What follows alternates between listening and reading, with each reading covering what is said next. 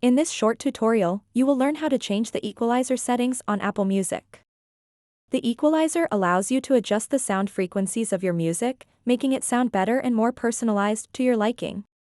To get started, open up the Settings app on your iPhone and then scroll down until you see an option called Music. Tap on it. After that, scroll down a bit, and you'll see an option called EQ. EQ stands for Equalizer. Just tap on it. Now you'll see a lot of different equalizers, and you can choose any of them.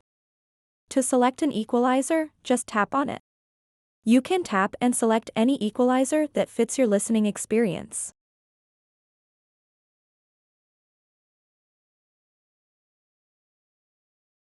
You can also tap Off to turn off the equalizer on Apple Music. So that wraps up this tutorial.